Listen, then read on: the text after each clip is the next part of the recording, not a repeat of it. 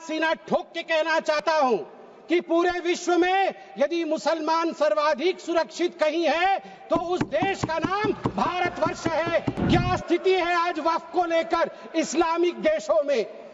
क्या वक्फ property Islamic देशों में है? मैं इस्लामिक देशों का नाम पढ़ूंगा जहां वक्फ का वजूद नहीं है। तुर्की में नहीं है, लीबिया में नहीं है, इजिप्ट में नहीं है, सूडान में नहीं है, लेबनान में नहीं है, सीरिया में नहीं है, जॉर्डन में नहीं है, तुनीसिया में नहीं है, इराक में नहीं है। भारतवर्ष में वक्फ बोर्ड है। वक्फ प्रॉपर्टी को कानूनन सुरक्षा, लीगल प्रोटेक्शन दिया गया है। हम चाहते हैं वक्फ औलाद के अंतर्गत जब आपकी फैमिली लाइन समाप्त होती हो, उस समय अगर एक बेवा हो, उस समय यदि तलाकशुदा महिला हो, उसको नजरअंदाज करते हुए किसी भी कीमत पर प्रॉपर्टी जो है वो वक्फ के पास नहीं जानी चाहिए। ये अगर मोदी जी सुरक्षित महिला को सुरक्षा दे रहे हैं, सुनिश्चित कर रहे हैं, तो किसी को क्या दिक्कत हो रही है? सच्चर कमेटी ने कहा था कि उस समय 2006 में वक्फ के पास 4.9 लाख रजिस्टर्ड प्रॉपर्टी थी। उस 4.9 लाख रजिस्टर्ड प्रॉपर्टी से मात्र वक्फ की जो कमाई हो रही थी वो उस समय 163 करोड़ की थी। मगर सच्चर कमेटी ने कहा यदि सही तरीके से इसका इस्तेमाल किया गया होता, सही तरीके से लीज दिया गया होता, फेयर मार्केट प्राइस के आधार पर किया गया होता, तो 12,000 करोड़ की आमदनी होती। Honourable member Sambit Patra ji, please. No please please please please. माननीय सभापति महोदय, आपका बहुत बहुत धन्यवाद। आज एक ऐसा दिन है जो मैं कहूंगा कि अजीब दास्तां है। प्लीज। मुझे एक तरफ बहुत खुशी की अनुभूति हो रही है कि एक ऐतिहासिक बिल के पारित होने के समय में आज लोकसभा में मौजूद हूं, और वहीं मुझे दुख की भी अनुभूति हो रही। हम सब भारत के बच्चे यहां बैठे हैं और यहां तकरार दो पक्षों के बीच इसको लेकर हो रहा है कि क्या भारत का एक पक्ष मुसलमानों के अधिकार को छीन लेगा? क्या भारत का एक पक्ष मुसलमानों को कहीं ना कहीं डरा रहा है? क्या मुसलमान आज भारत में सिमट कर रह रहा है? सभापति महोदय, मैं आज सीना ठोक के कहना चाहता हूं कि पूरे विश्व में यदि मुसलमान सर्वाधिक सुरक्षित कहीं है तो उस देश का नाम भारतवर्ष है, हिंदुस्तान है। मैं एक छोटी सी कविता पढ़ना चाहता हूं गया प्रसाद शुक्ल स्नेही जी का। किसी को नहीं बनाया दास, किसी का किया नहीं उपहास, किसी का छीना नहीं निवास, किसी को दिया नहीं त्रास, वही हम है भारत संतान, वही हम है भारत संतान। किसी का कुछ छीना नहीं है, हमेशा दिया है। जो शरणार्थी बन के आया है उसको गले से लगाया है। और केरल की बात हो रही थी, मैं धन्यवाद देता हूं केरल की भूमि को, प्रणाम और वंदन करता हूं केरल की भूमि को। वहीं से आदि शंकराचार्य जी भी आए और केरल की भूमि में कोडंगलूर तालुक के मेथला गांव में स्थित है भारतवर्ष की पहली मस्जिद चेरामल जुमा मस्जिद। और चेरा राजा चेरामल पेरुमल ने इस मस्जिद के लिए जगह स्थान दिया था। यह है भारत का कल्चर, यह है भारत माता। और इस भारत के ऊपर आप संदेह दिखा रहे हैं। क्या स्थिति है आज वक्फ को लेकर इस्लामिक देशों में? क्या वक्फ प्रॉपर्टी इस्लामिक देशों में है? मैं इस्लामिक देशों का नाम पढ़ूंगा जहां वक्फ का वजूद नहीं है। तुर्की में नहीं है, लीबिया में नहीं है, इजिप्ट में नहीं है, सूडान में नहीं है, लेबनान में नहीं है, सीरिया में नहीं है, जॉर्डन में नहीं है, तुनीसिया में नहीं है, इराक में नहीं है। भारतवर्ष में वक्फ बोर्ड है। वक्फ प्रॉपर्टी को कानूनन सुरक्षा, लीगल प्रोटेक्शन दिया गया है। उसके बाद भी हंगामा क्यों है बरपा? उसके बाद भी हंगामा क्यों है बरपा? मैं पूछना चाहता हूं, क्या गुनाह है मोदी जी का? क्या गुनाह है हमारा?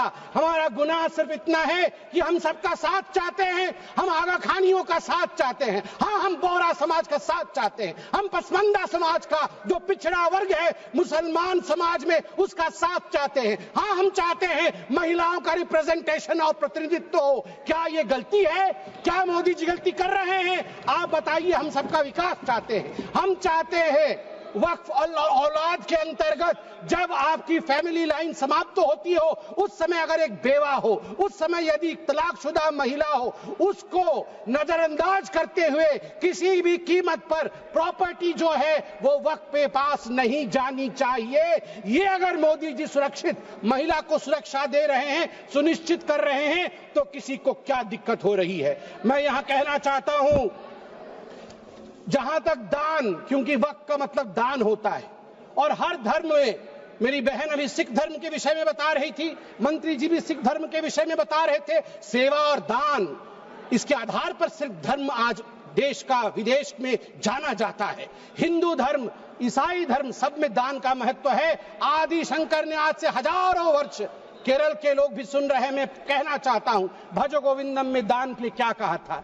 गेयं गीता नाम सहस्त्रम ध्येयं श्रीपति नाम ध्येयं श्रीपति रूपमजस्रम नेयं सज्जन संगे चित्तं देयं दीन जनाय जवित्तम। दीन जनों को, गरीबों को वित्त दान करो, ईश्वर मिलेंगे। भगवान का नाम लो, गीता का ध्यान करो, ईश्वर मिलेंगे। और वही इस्लाम में भी ज़कात, सदका और सदके जरिए के नाम से जिक्र किया गया है। वक्फ जो दान की जमीन और पुण्य के लिए, परमार्थ के लिए, धर्मार्थ के लिए वक्फ बनाया गया है।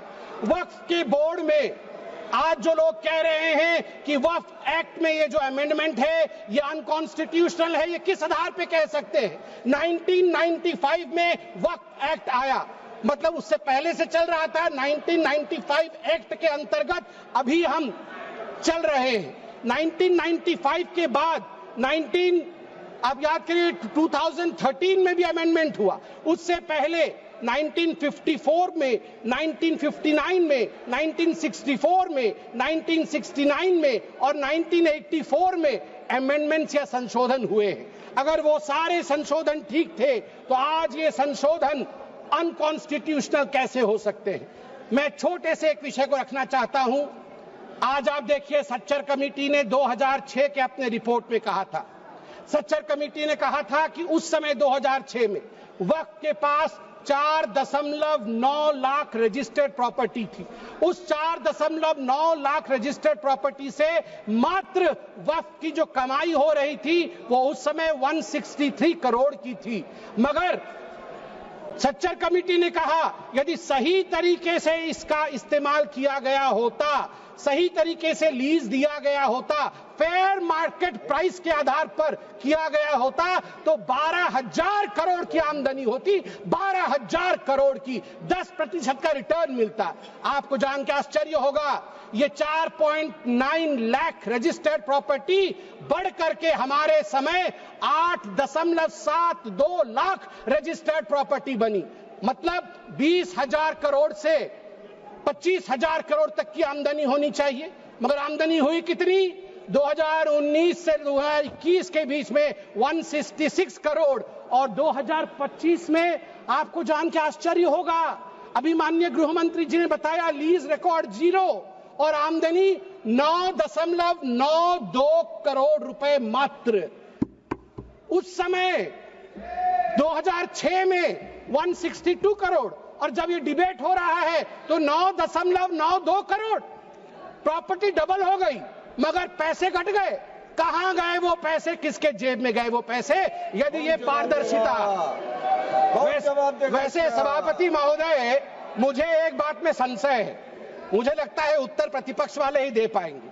आज बड़ी चर्चा हुई है, आज चर्चा में कहा गया कि सबसे ज्यादा जमीन 3 ऐसे शख्सियत है उनके पास है, रेलवे के पास, आर्मी के पास, वो देश की जमीन है, और उसके पास वक्फ बोर्ड की जमीन है। मगर मुझे इसमें संशय है, मुझे लगता है तीसरे नंबर की जमीन तो किसी परिवार के बोर्ड के पास है। अगर सही से देखा जाए, आप ध्यान से देखिए, एक परिवार का बोर्ड है, अरे है एक परिवार का बोर्ड, उसके पास हो सकता है इससे अधिक जमीन निकले। सभापति महोदय, घंटी तो उनकी बजनी चाहिए, आप हमारी मत बजाइए। सभापति महोदय, मैं अरे मैं किस परिवार के बारे में बोल रहा हूं, आप क्यों विचलित हो रहे हैं? वो उधर हैं। अब आप चिंता मत करें, उधर हैं, आपको नहीं। हाँ, उधर आप भी जानते हैं किधर हैं, उधर हैं। चलिए आप वक्फ पे आइए।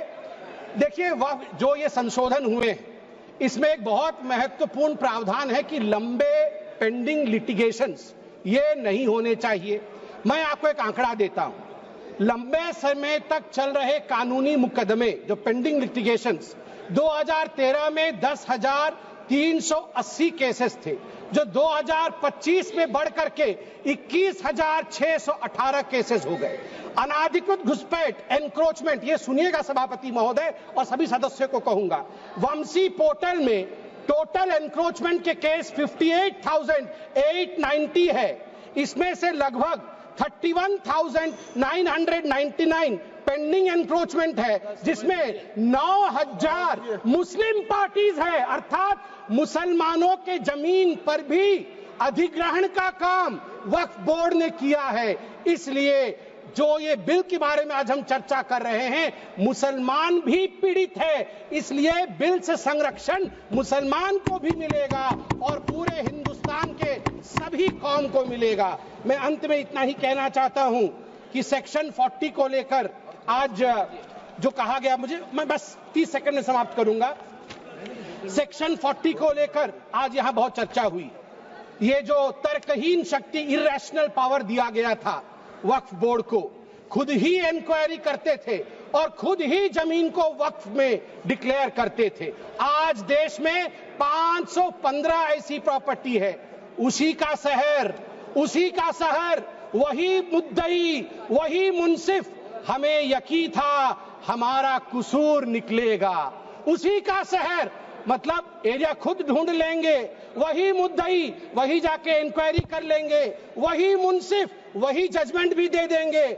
हमें यकीन था, जिसकी जमीन थी, हमें यकीन था हमारा कसूर जरूर निकलेगा। मगर सभापति महोदय, मैं धन्यवाद देना चाहूंगा आदरणीय प्रधानमंत्री श्री नरेंद्र मोदी जी का, हमारे माननीय गृह मंत्री जी का, किरण रिजिजू जी का, कि इन्होंने इस प्रकार के एक प्रावधान को यहाँ प्रस्तुत किया है जिससे देश में हम सब सुरक्षित रह सके। धन्यवाद।